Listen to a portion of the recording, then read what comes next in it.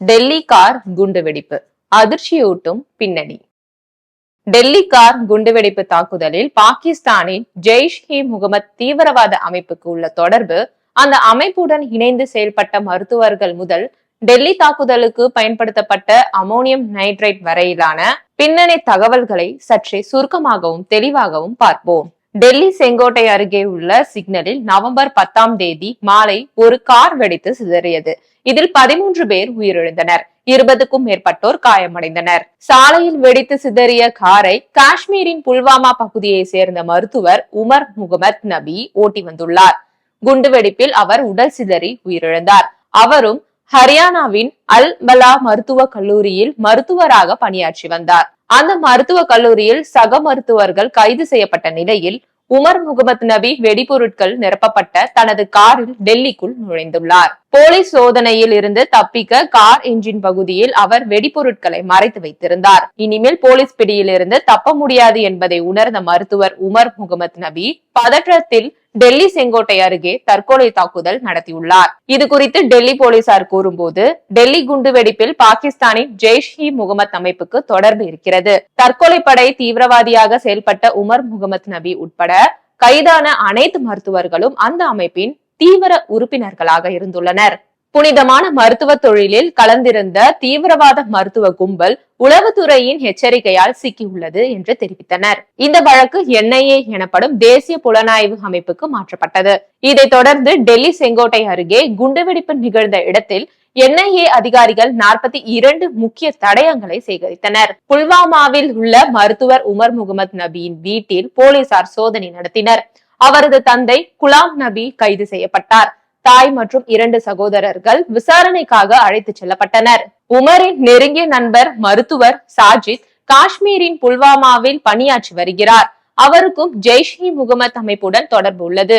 அவரும் அவரது தந்தையும் கைது செய்யப்பட்டனர். ஹரியானாவில் அல் பலா மருத்துவ கல்லூரியில் கைதான பெண் மருத்துவர் ஷாஹின் கைது செய்யப்பட்டார். உத்தரப்பிரதேசத்தின் லக்னோவை சேர்ந்த ஷாஹினின் காரில் இருந்து AK-47 ரக துப்பாக்கி கைப்பற்றப்பட்டது. ஷாஹினின் அண்ணன் பர்வேஷ் அன்சாரி உத்தரப்பிரதேச தலைநகர் லக்னோவில் மருத்துவராக பணியாற்றி வந்தார். அவர் தலைமறைவாகிவிட்டார். அவரது வீட்டில் போலீசார் சோதனை நடத்தினர். அப்போது ஜெய்ஷ்-இ-முகமது அமைப்பு தொடர்பான முக்கிய ஆவணங்கள் கைப்பற்றப்பட்டன. உத்தரப்பிரதேசத்தின் சஹாரன்பூரில் 2 பேர் கைது செய்யப்பட்டனர்.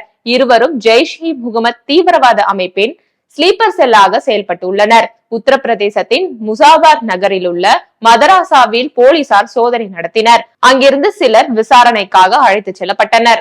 ஆபரேஷன் சிந்தூர் ராணுவ நடவடிக்கையின் போது பாகிஸ்தானில் செயல்பட்ட ஜெய்ஷ்-இ-முகமது தீவிரவாத அமைப்பின் முகாம்கள் ஏவுகணை தாக்குதல் மூலம் தரைமட்டமாக்கப்பட்டன. இதில் ஏராளமான தீவிரவாதிகள் கொல்லப்பட்டனர். அவர்களின் மனைவிகளை ஒன்றிணைத்து கடந்த அக்டோபரில் ஜெய்ஷ்-இ-முகமது அமைப்பில் மகளிர் பிரிவு தொடங்கப்பட்டது.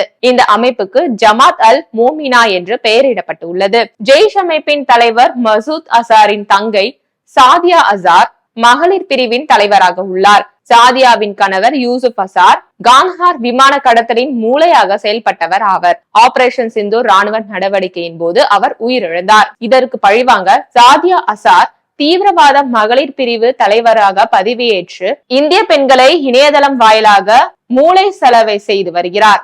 இதன் ஒரு பகுதியாகவே ஜெய்ஷ்-இ-முகமது அமைப்பின் இந்திய மகளிர் பிரிவு தலைவராக மருத்துவர் ஷாஹின் நியமிக்கப்பட்டுள்ளார் என்று ஹரியானா போலீசார் தெரிவித்தனர். இதனிடையே டெல்லி கார் குண்டுவெடிப்பு தாக்குதலுக்கு அமோனியம் நைட்ரைட் வெடிபொருள் பயன்படுத்தப்பட்டிருப்பது விசாரணையில் தெரிய வந்துள்ளது. இது குறித்து டெல்லி போலீசார் சில தகவல்களை வெளியிட்டனர். பொதுவாக அமோனியம் நைட்ரைட் வேளாண் உரமாக பயன்படுத்தப்படுகிறது.